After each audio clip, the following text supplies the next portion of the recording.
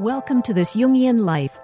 Three good friends and Jungian analysts, Lisa Marciano, Deborah Stewart, and Joseph Lee, invite you to join them for an intimate and honest conversation that brings a psychological perspective to important issues of the day. I'm Lisa Marciano, and I'm a Jungian analyst in Philadelphia. I'm Joseph Lee, and I'm a Jungian analyst in Virginia Beach, Virginia.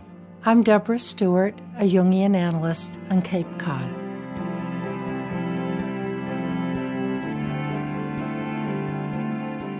So today's podcast is going to be on retirement. And although this may seem ubiquitous to many of us in the culture, retirement issues show up in the consulting room very, very frequently.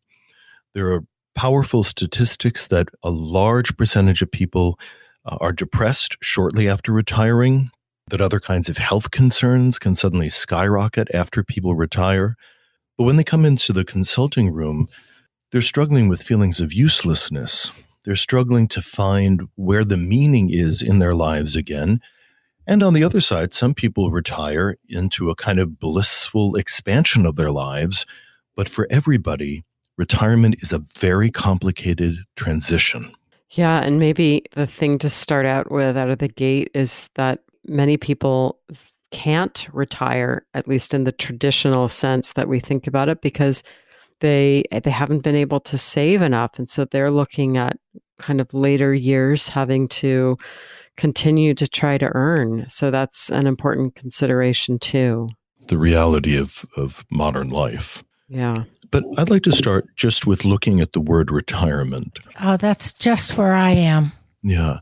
To retire, people, you might see in an old movie, people come down and say, well, I'm retiring for the evening. And then they kind of float up, the balcony, the long stairway. And to retire means to withdraw. And I think often we don't fully grasp that when we're planning for retirement. But it is often a withdrawal from the career, a withdrawal from the work environment, and from what is deeply familiar. While many people aspire to that, with a kind of salivating deliciousness of retirement, to withdraw from what we have invested so much in is complicated. Well, we're really retiring. We're withdrawing our psychic energy, right, from aspects of the world.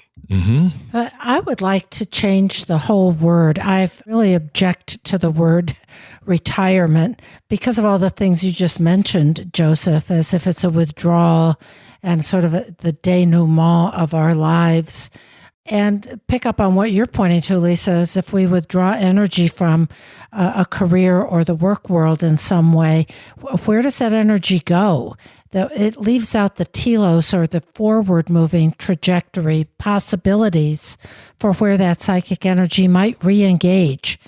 And I'd kind of like to call it something like re-engagement, or a friend of mine suggested choicement of what lies ahead, as well as what is it that we're leaving behind. Well, I think that's a wonderfully perspective and encouraging stance to take. And yet, as we work towards that generative stance, we also have to go through a process of letting go.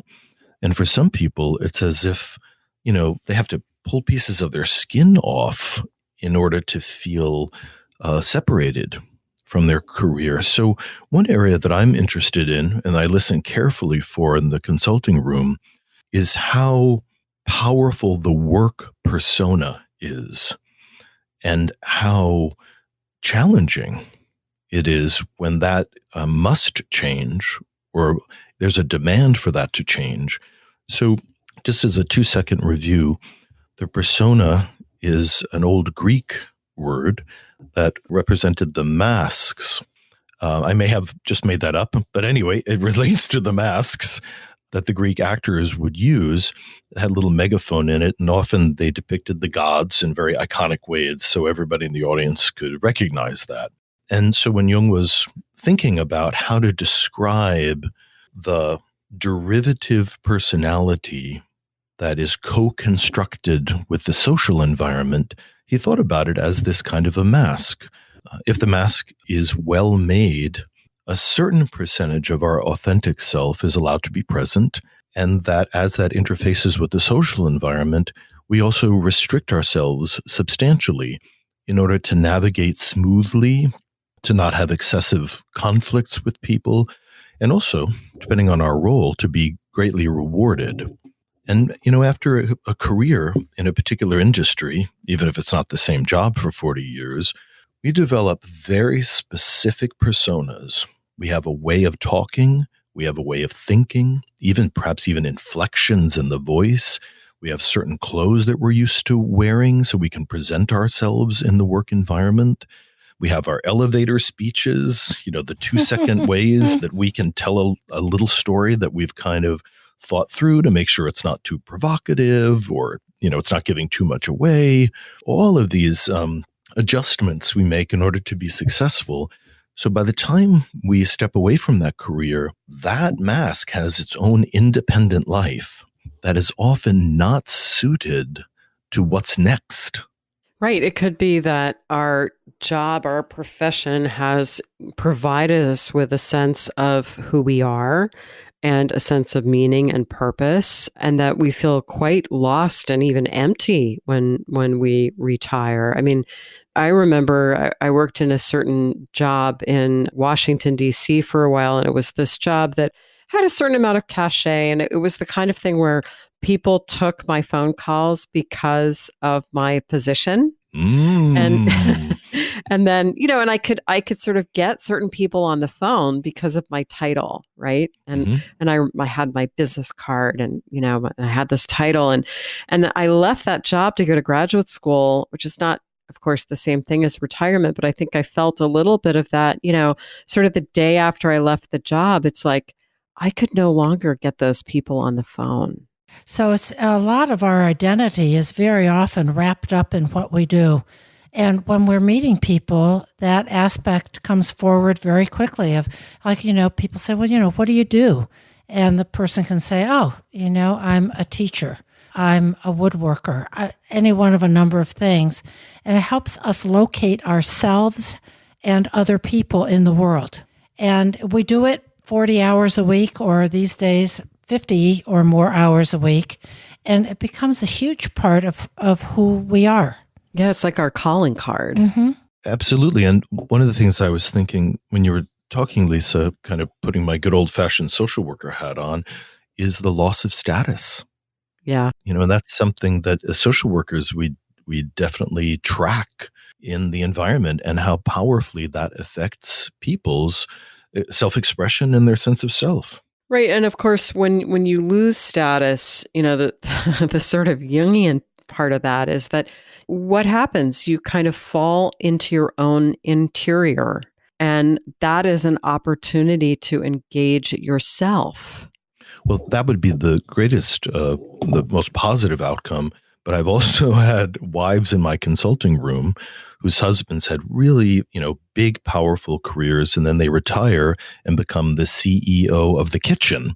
And all of a sudden wanting to direct, their wives to make sure that they're being properly efficient. Their wives want to hit them with a frying pan to just stop them from doing it. So that's the persona showing up in an inappropriate environment. Absolutely. I mean, you raised such a good point. I think marriages go through huge adjustments when one or the other person retires. I'm already joking about this with my husband because I know he's going to drive me crazy when he's retired. So we talk about that already. I also think that retirement may be very different in a broad brush kind of way for women versus men.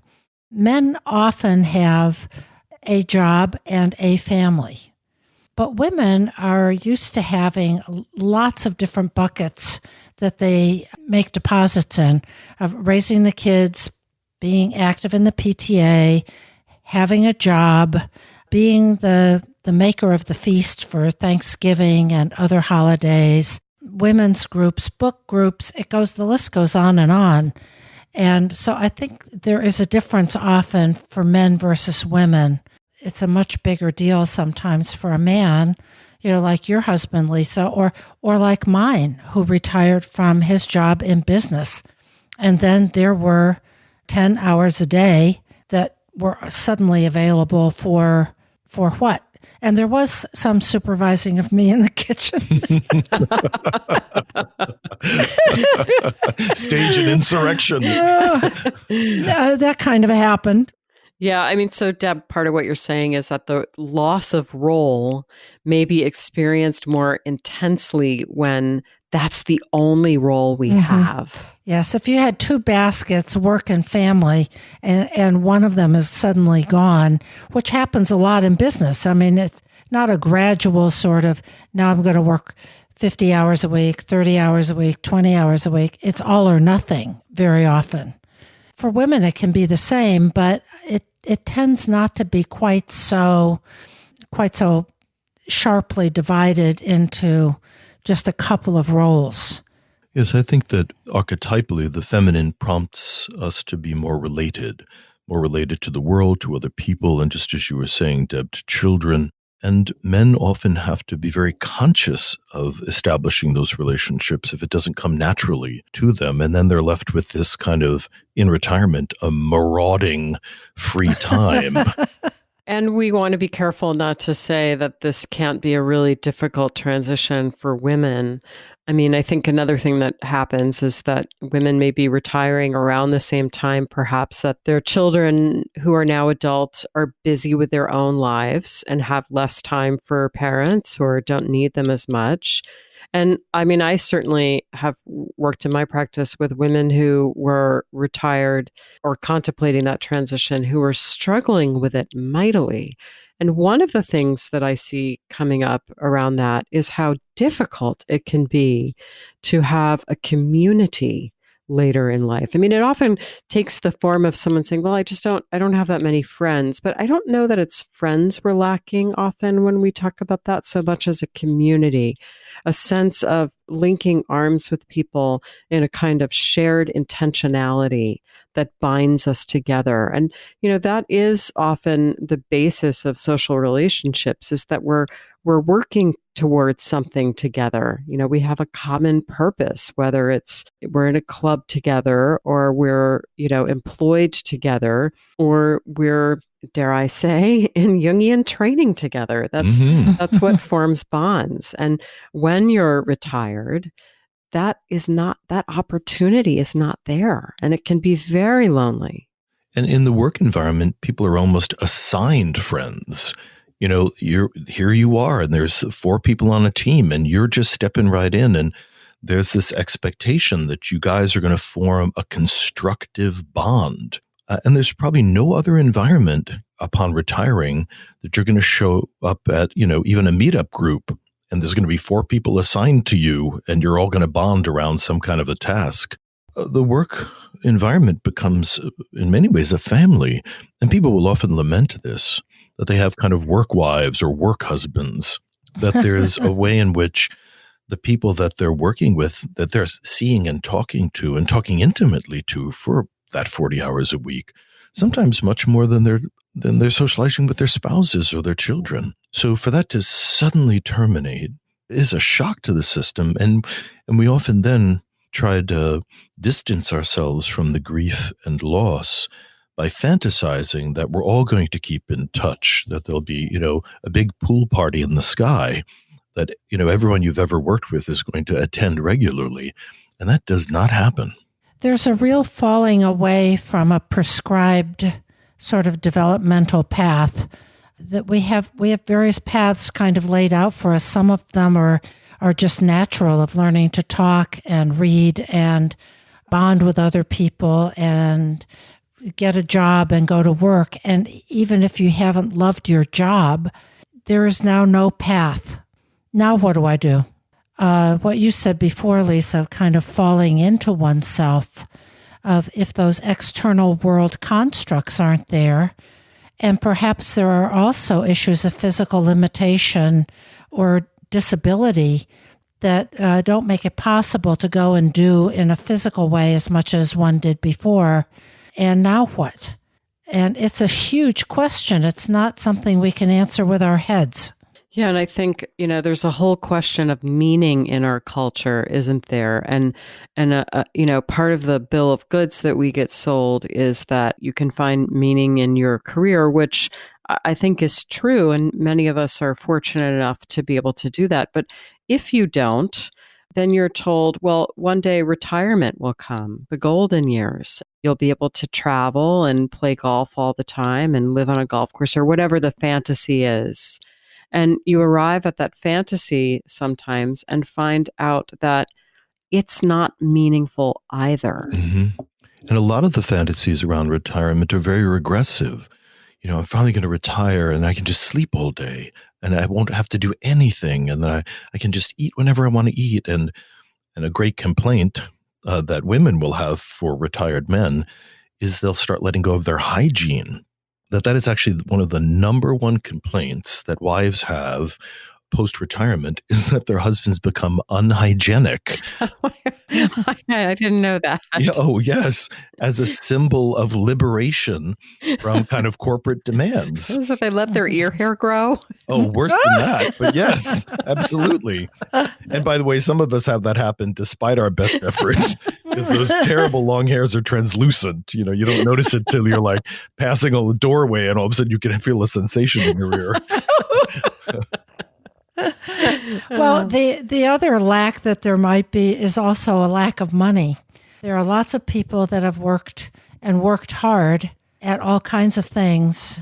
And then one of the things that really limits their choices is finance.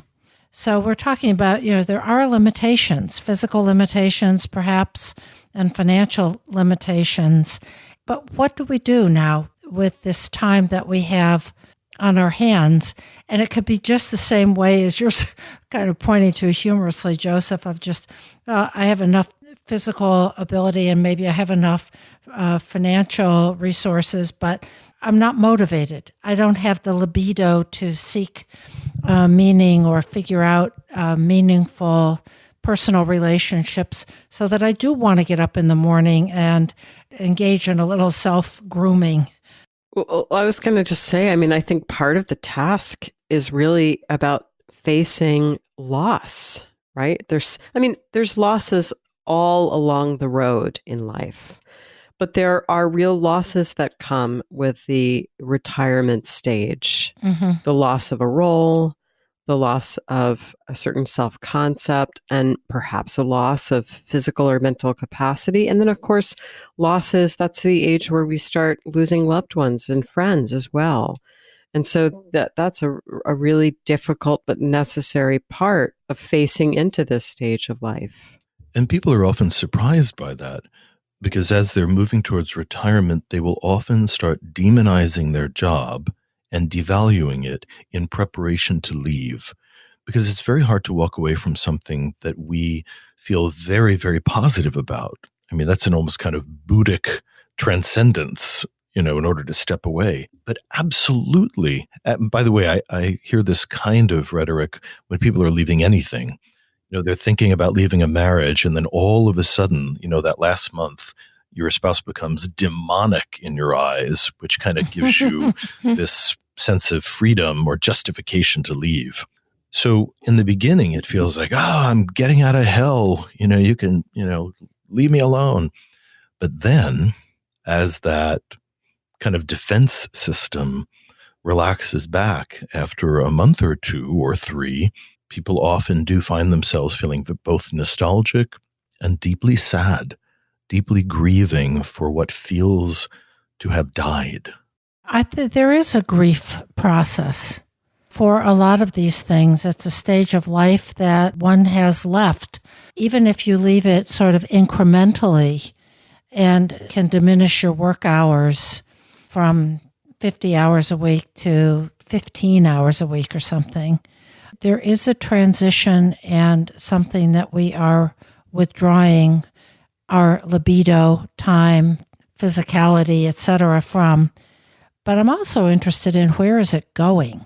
We've been kind of talking more about the losses and how hard it is. And there's also opportunity here and a way to live life differently, whether, some people have the opportunity to go on cruises, for example. But somewhere we're called to a different orientation inside ourselves, to our families, our communities, and our own internal life source. The self is what Jung calls it. There's really a depth and a place that's generative that I think is part of this thing we call retirement, which is why I kind of wanted to call it re-engagement, or that we engage differently. I think that's really lovely, Deb. And I do think that facing, accepting, and grieving losses are part of what allows us to open up to something new. Yes. And I'm remembering in our training, we had this wonderful senior analyst come, and she was working with us on cases. And I'm not going to use her name because I don't have her permission to, but she spent time talking to us about what it was like to live, I guess, alongside a lake, and how much she just found herself enjoying really watching the waterfowl that would come and land on the lake, and that she would just really spend a lot of time appreciating the beauty around her, and that this was kind of a new orientation. It was something she was finding in her later years. It was like the beauty of the world was experienced more intensely as she aged, and I thought that was really lovely. So it makes me think of how there are aptitudes and capacities in the soul which often are stored away until there's adequate time and space for them to blossom. So perhaps if someone has been a financial advisor and they've lived in a world of kind of numbers and business-styled thinking, it's in retirement, when those pressures are removed, that they can suddenly find this appreciation for aesthetic, for instance, that may not have had room earlier in the life. Yeah, I'm thinking that it's about being able to be open to something new, whether it comes from the outer world or the inner world. That's really lovely. Of what are we open to? Of the senior analyst who could sit and watch and appreciate the waterfowl of the natural world, something that we have learned, something new that we learn, a new experience that we have, and a new orientation to our inner world. I think we cannot be ego-driven in the later years, where I very frankly am, of that there has to be something else. And it might be something as simple as looking at the waterfowl landing and taking off in the lake.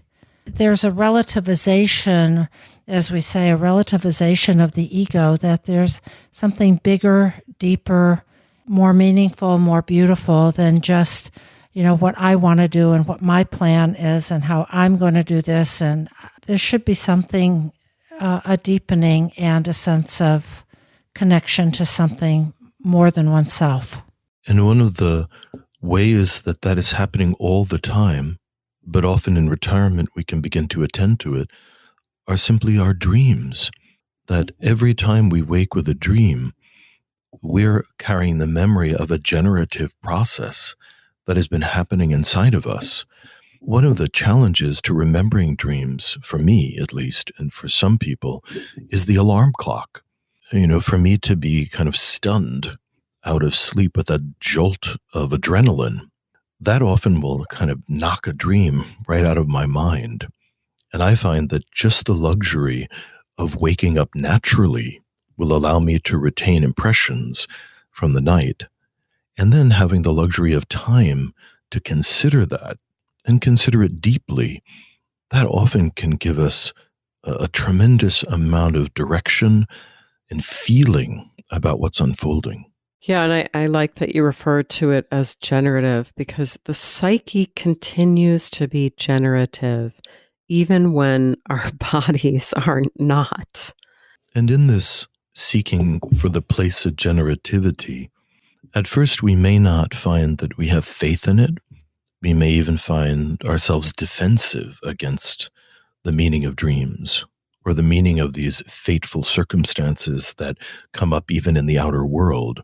And I think that cynicism, if that can be sacrificed in retirement, then we can find a tremendous openness and find ourselves in fateful encounters, both internal and external. I'm thinking about sort of stages of life, and I'm thinking in particular about the Erikson stages, which I know we've referenced before on the podcast. Final stage is integrity versus despair. And I think that there's a way that if we've been tending to our own process throughout our lives, if we've been open both to what comes to us from the external world and what comes to us from the internal world, our feelings and our dreams, then we have this deep sense of integrity, and we can meet the retirement years from that standpoint, rather than being so defended against both perhaps the outer world and the inner world, in which we're sort of clinging to something and we feel our world gets smaller in a way that feels catastrophic and limiting. When I think about what the components of what we call integrity might be, I think of two elders in my life and my Uncle Hal, who drove for the Red Cross, meaning that he transported patients without transportation to their medical appointments. Now, it looks like that's a pretty dull thing to do. You're driving the car, and sometimes he drove quite long distances. And then he would sit in a waiting room and read a book while that person was being treated, and then drive the person all the way back. And I'm thinking about, it still moves me, of what a generous and loving person he was. That this was what he had to offer, and this is what he could do. And he was not spry, but he could sit in a car and he could drive it and be of service in that way. I also had an aunt who'd been incredibly active in life and then had a stroke, which did not affect her mentally, but it did affect her physically. And she took a great interest in various kinds of sports that, believe me, she had never had an interest in. But she took great interest in tennis and became very knowledgeable about the tennis players, read up on them. And there was one player whose name doesn't come up for me, but he was a real sort of bad boy tennis player, and she really, really liked him. That she found a place to be interested and wanted all of us, her nieces and nephews and so on, to visit. There is something loving, world-loving, really taking an interest in life in the form of sports stars, if that's all you have in a room and you're immobile, of loving life, that it's here and we can participate in some way. And being willing to open up and welcome in something new. Mm-hmm. That brings up a very sober association for me, which is the whole Viktor Frankl and logotherapy idea, that for some of us, particularly as we age, that we find ourselves imprisoned in ill health, or imprisoned in a body that can only minimally respond. Like Viktor Frankl being imprisoned, the question may be, what small moments can I take control of and make meaningful? Mm-hmm. And Frankl's admonition to all of us is that no matter how truncated our lives have become, no matter how much has been taken from us, if our hearts and eyes are open, there are still moments of graceful choosing that are in our hands. Yes, and I should just add, for listeners who might not be familiar with Viktor Frankl, and we'll put it in the show notes, he wrote a book called Man's Search for Meaning. And the first part of the book is about his experiences in a concentration camp during Nazi Germany's reign over the time of World War II. And then he came up with something that he called logotherapy.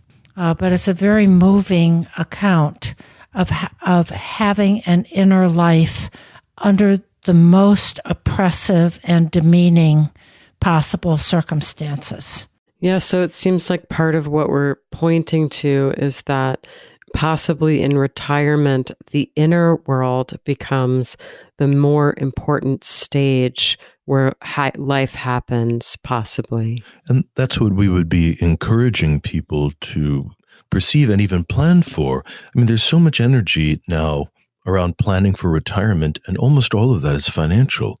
But there really is not enough soulful planning for retirement. And people who finally let go of their careers and feel very financially well off and stable are shocked to find that they have done very little planning for how they will live with themselves in this new environment. And people can sometimes do that poorly, much like King Lear, by the way. Nice segue, Joseph. So those of you that are interested in this, you might, kind of find a production of King Lear or a quick read of it. So King Lear is this old, successful king, and just suddenly decides he's going to retire. He doesn't say it that way, but that's basically what's happening. And he is going to distribute his kingdom among his daughters.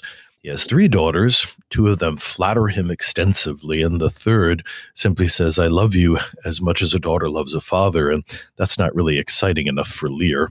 So he divides his kingdom up by the 2 older sisters, and then decides what he's going to do with his large retinue is just kind of go from castle to castle where people will pamper him. And what he is shocked to find out is that no one's really interested in doing that. And Lear goes through feelings of outrage and crisis and all these kind of different tumultuous things. And there's the famous scene where he's out on the moors, and rain and storms are crashing around him. And his fists are in the air, and he says, "Reason not the need," which can be interpreted in a lot of ways. We are left with a vision of somebody who has abdicated all of their responsibility and yet wants to retain power and influence, and is shocked to find out that giving up all of those responsibilities, i.e. one's career, shifts our place in the world. Yes, and I actually know of several cases where it was very much like this, where successful businessman created his own business, gave all the shares to his sons, and then they didn't really want him around, because he wasn't that helpful anymore. And he had this terrible sense of betrayal. But is exactly what you're talking about is you don't expect your role in the world to shift in the way once you've given up your power.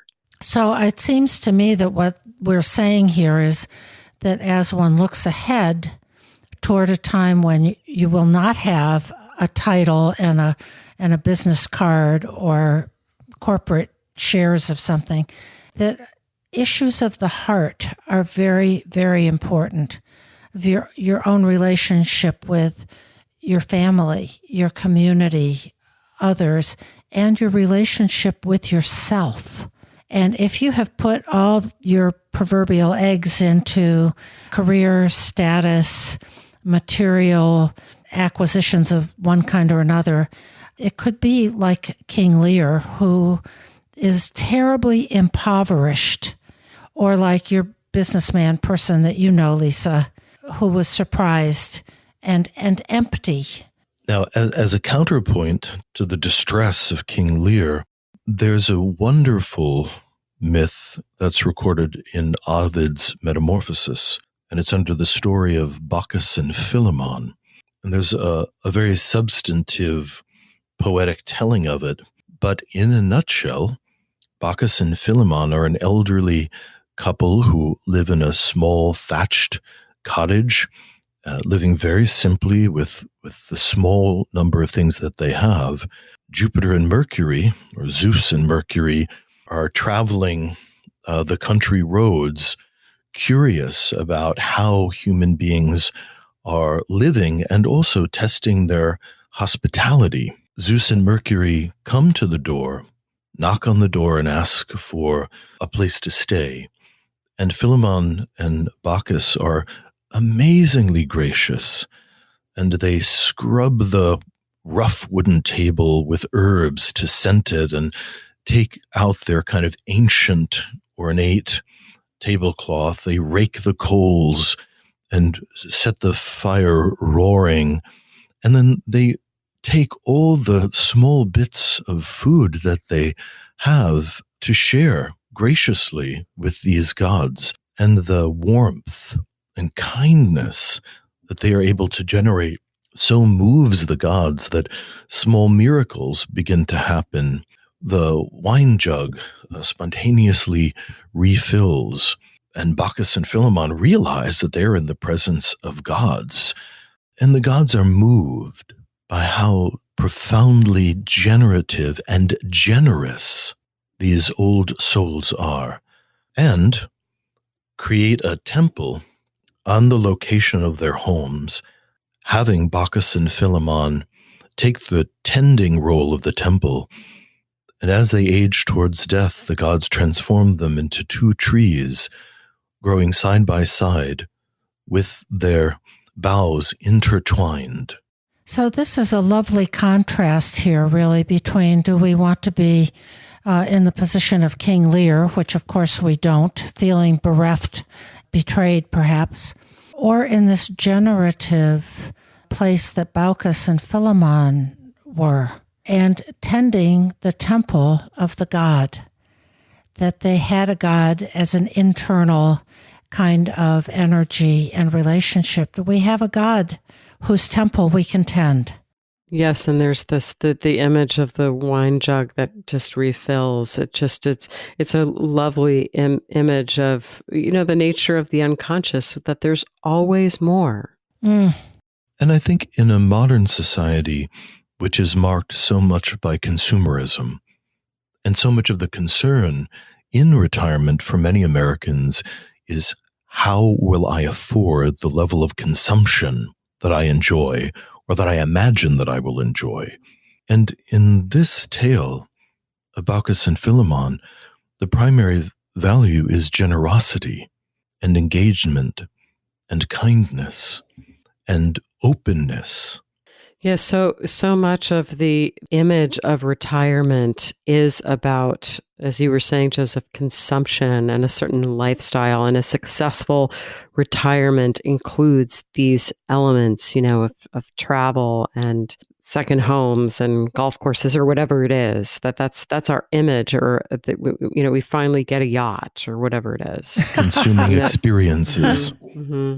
But you're right. This important story lifts up these other values, and values that are not dependent upon how well we can fund them, but values that rise up from one's human experience, and that can't be taken away, whether or not we find ourselves in very restricted financial environments or whether we have a kind of flourishing financial environment. That we can still generate values that sustain us, regardless of where we fall on that spectrum. And, the other thing I like about the Baucis and Philemon story is sort of the point of it is that they welcome in the stranger, which I think goes along with what we've been saying about having an attitude that isn't overly defended. And, there are older people who they just want to do what they've always done. They need their routine. Any change in their routine makes them irritable. They're not necessarily open to the stranger, inner or outer. I just had lunch with my dad yesterday, actually, and he's retired and in his late 80s, and we were eating at a kind of restaurant that he doesn't usually eat at. We sort of pointed to the page where it had, steak and that kind of thing. And he said, no, I want to try something new. And I thought, isn't that lovely? Yeah. I hope that when I'm 88, I want to try something new. Mm-hmm. Mm-hmm. So curiosity has a lot to do with it and what we can welcome in. I'm very appreciative of the Baucis and Philemon image. By one standard, they were really very poor, but they didn't see it that way. They saw that they had strangers, they had guests. They weren't just strangers, they were to be welcomed as guests. And they rubbed the table with herbs, and they put together what they could to offer these strangers a meal. So much of it is what is our internal orientation to the stranger in ourselves? Do we make this welcome? Whether it's something as small as I want to try something different in a restaurant. But it's very important, I think, to love life, to love other people, to have a relationship with our own inner world that is welcoming and loving and generative. And I wonder if that's a good spot to switch to a dream. I think so.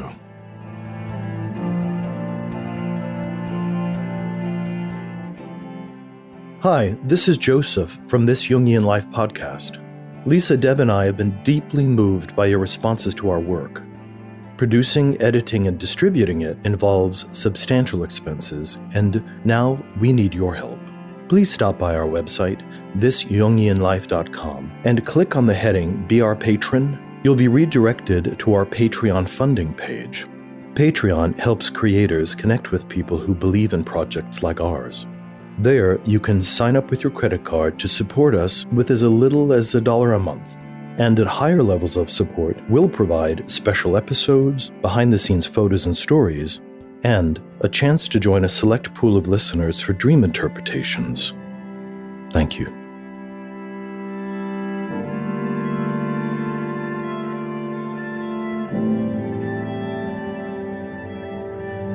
This is a dream from a young woman, age 21, who is a student. And here's the dream. I am in a McDonald's waiting for my younger sister to collect her meal. Her order is called and we pick it up. The meal is excessive. Huge portion of chips and lots of nuggets, so I steal a chip. As she is eating, I look around. The McDonald's is filthy and disgusting. There are graffitied yellow plastic chairs, dim lighting, and bare concrete floor which is covered in litter. It smells disgusting, like stale chip fat and smoke. People are smoking inside, and everyone looks mean, dodgy, scary, dirty. I do my best to avoid eye contact with them all. As we leave, a smelly and dirty older man holds out the door and asks where I am sleeping tonight. I feel disgusted and rush away. As I turn a corner, I'm in a dark alleyway. My sister has gone. I check my pockets and my bus pass, phone, and keys have also gone. I have no money or way to get home, but I know I need to get to the bus stop to get away from this place. I glance over my shoulder and a hooded man is following me. I walk faster and turn to look again. This time he starts running toward me. As he gets closer, I realize he has no face. As he approaches me at a fast pace, his outstretched arm strikes me very hard in the throat.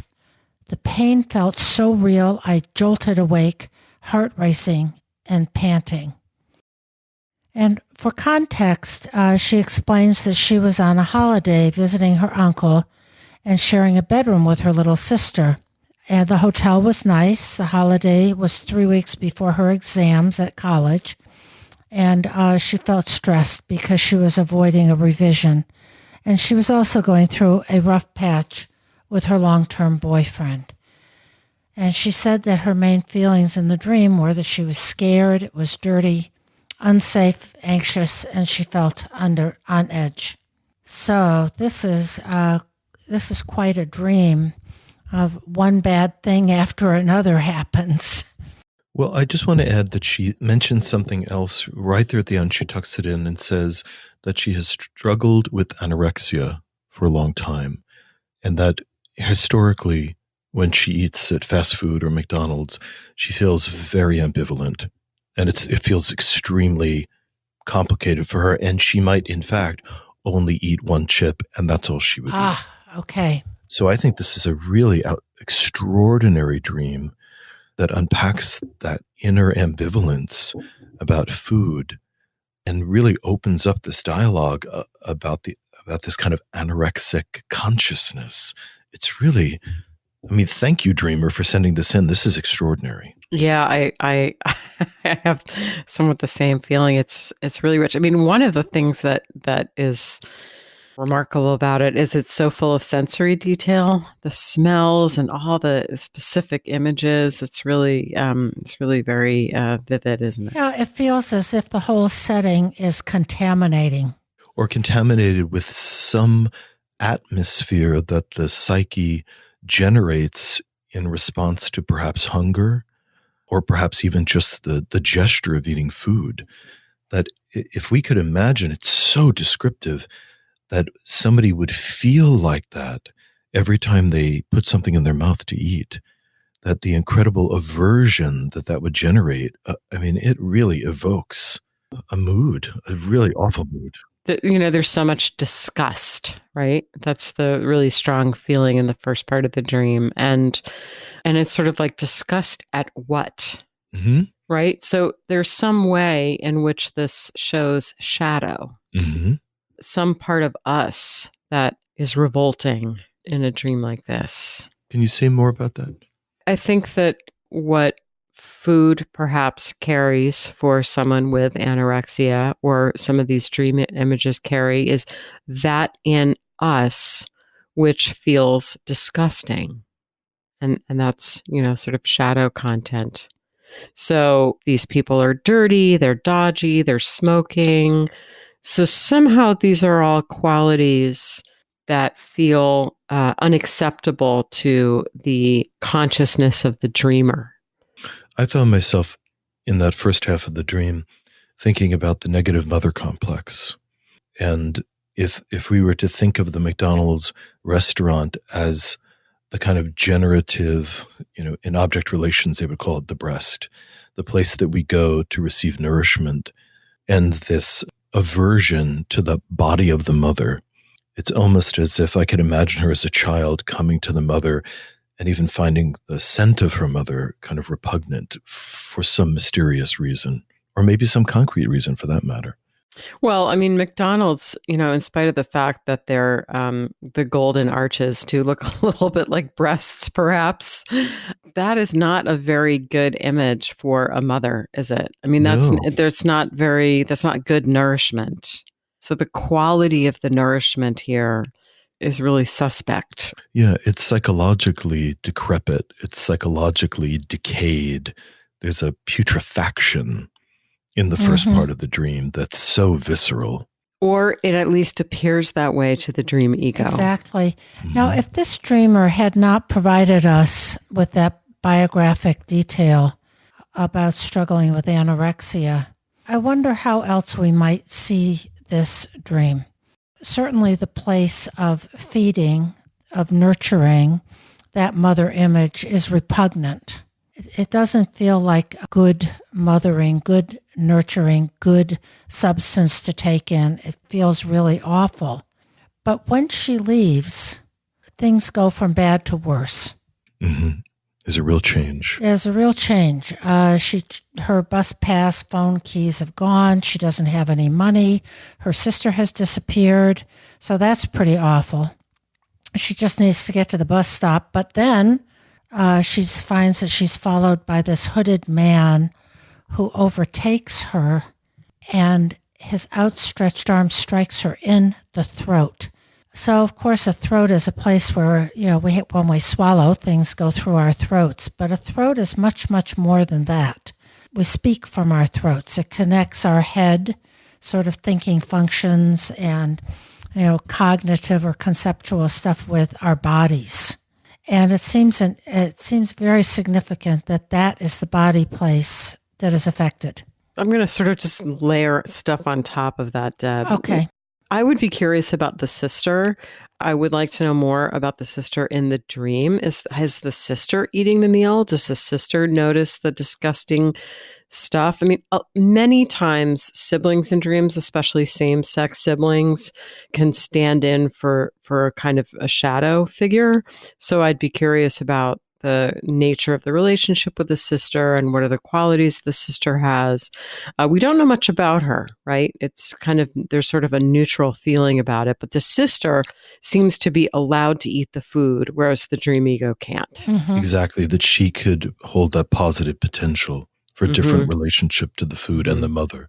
Yeah, and then the sister's gone, and at that point there's all these sort of various accoutrements of moving through the world, like bus pass and keys and that kind of thing, that also disappear. So there's this sense almost of it's like a loss of persona or something. And then there's this hooded man. And of course this looks frightening, and there's fear reported, and he strikes her. But a lot of times with a figure like this, I mean, if we were to ask ourselves, where is the telos in this dream, which is a question that the analyst Pat Berry suggests that we ask ourselves, sort of where is the surprising thing that seems to point in a new direction? Clearly, that's with the hooded man. Yeah. And sometimes what I will do with a dream like this with someone in the office is I'll say, I want you to re-enter the dream, but I want you to kind of transfer your consciousness into the hooded man. So I want you to see the dream from his perspective. And now tell me what you saw. And many times, and I'll sort of try the exercise too, and there's often something really surprising there. So for example, what does the hooded man want with this dreamer? I mean, we think that he's trying to hurt her, right? When we first hear the dream. But that may not be at all the case. He wants he wants to get her attention. We know that for sure. And, perhaps he's striking her in the throat to hurt her, which again, I think is kind of where we first go. But perhaps he's trying to desperately point something out to her that needs attending to. I agree, especially because this part with the hooded man starts with her glancing over her shoulder, and he is following her. But then she turns, she walks faster, turns to look again, and this time he starts running toward her. Right. And his outstretched arm strikes her very hard in the throat. So I concur that something here is trying to get her attention that from the ego's point of view is terrifying. But from Psyche's point of view, the message may be something else.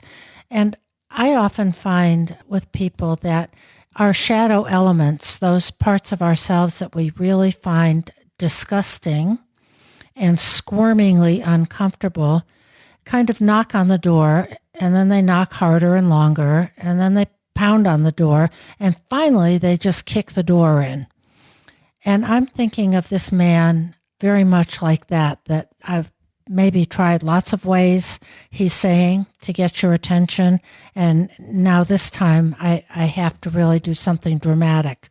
I think that in a woman's psyche, often a man, particularly an energetic man, can represent her spirit, the enlivening agent in a woman's psyche. And when I think about anorexia, which often is a rejection of life, a rejection of thriving, and of course can and is life-threatening. So for the spirit of life in her to have to wrestle with the ego's wrong position, to have to subdue her ego and say, I will not let you kill us. I will not let you destroy this beautiful body. And if I have to fight with you in order to be alive and stay alive, I will. And while that is terrifying to the ego, to the girl's conscious position, she at times has been in a fight for her life. I'm also going back to thinking about how he strikes her in the throat, which is how we swallow things. It has to go down our throat, but it's also how we express ourselves. Speech comes up through our throat. And so it's a passageway for things to go up and in and out in a variety of ways. And I wonder if there is some kind of, that's where the blockage is of what I can swallow and what I refuse to swallow, and what or how or if I also sort of choke up when it's time to express myself.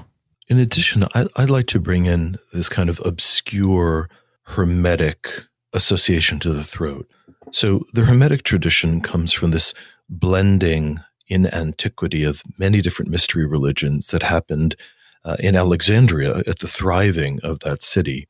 And the throat was often associated with the creative aspect of Venus. And in that tradition, that's the place where the sexual forces and the creative imagination converge, which potentiates the imagination. And when I think of the ego being trapped in this war against life, there's a way in which her entire psyche is rejecting her creative potential, which involves her own sexual dynamism, her ability to beget herself upon the earth and to manifest. So there's a certain kind of activation and, as you said, Deb, an attention drawn to that part of herself. It's also associated in that tradition with Venus. And one of the early analytic theories about anorexia was a rejection of the maturation of the body, or this movement or blossoming into this Venusian Aphrodite fertility and owning one's position of beauty and power and sexuality and fecundity. And so again, I see this wrestling to bring that to focus, but also a demand for activation of that. Mm-hmm. Right. And, we were saying before, within McDonald's, that the association with food and feeding and fullness and voluptuousness is very negative in this dream, right? It's a filthy McDonald's. The feast is not very delightful, is it? Mm-hmm. Yeah, so there's really something important here about this hooded figure. And the streamer might find it really interesting to engage in a little active imagination with him and find out what is it he would like for you and from you. Another layer that I really just want to honor in the dream is that the movement from food to disgust to terror. And I have seen that happen in anorexic clients. That as, for instance, as they're eating, even just eating a reasonable meal, it's often followed by a tremendous fear that they're suddenly going to become obese or something terrible is going to happen because they've granted themselves an adequate amount of food, which then often leads to purging of one form or another. So that scurrying terror is part of the complex that's pernicious. Yeah, that's a good point. There is that real sort of feeling tone to that experience. And again, I think that's why the hooded man almost kind of breaks through that, doesn't he? Because he is of a very different kind of psychic energy than the complex that's, I think, pictured in the first part of the dream. Mm-hmm. He really comes from a different place. I'm going to sort of reach out here because I'm still kind of focusing on the throat, and it reminds me of a dream that I had a very, very long time ago, and it was the scariest dream I have ever had in my whole life. And it had to do with me reaching into a man's throat who became a wolf, like a werewolf, and it wasn't human, and it got even gorier after that. And I awoke with my heart pounding and really just terrified, and I couldn't believe I had had such an awful dream. That was my first reaction all these years ago.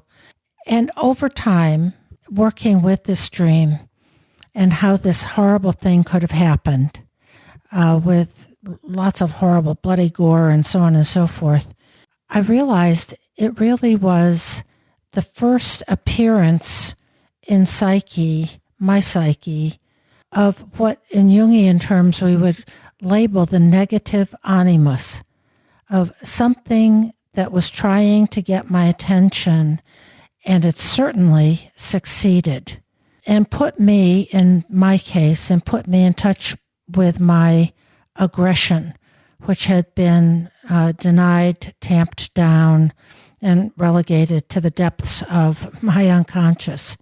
So I'm offering this to the streamer in support of you guys, saying, imagine this man. See if you can think of the dream from his point of view. and that it may be something that is really important for growth and development, even though it has appeared in such a scary way as its initial way of getting your attention. I think that's just brilliant, Deb. I think that's right on target.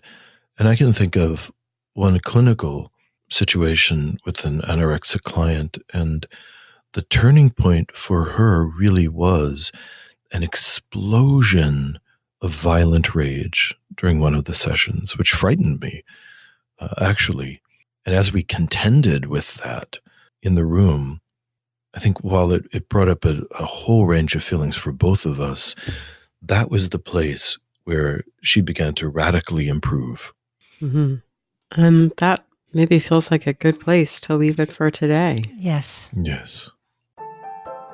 You've been listening to This Jungian Life. From our website, thisjungianlife.com, you can follow us on Twitter, like us on Facebook, help us produce future episodes by funding us through Patreon, and submit your dreams for possible interpretation on another episode. We'd like to thank our listener who shared a dream for today's show and hope you'll let us know what topics you'd enjoy hearing more about. Until next time, keep living this Jungian life.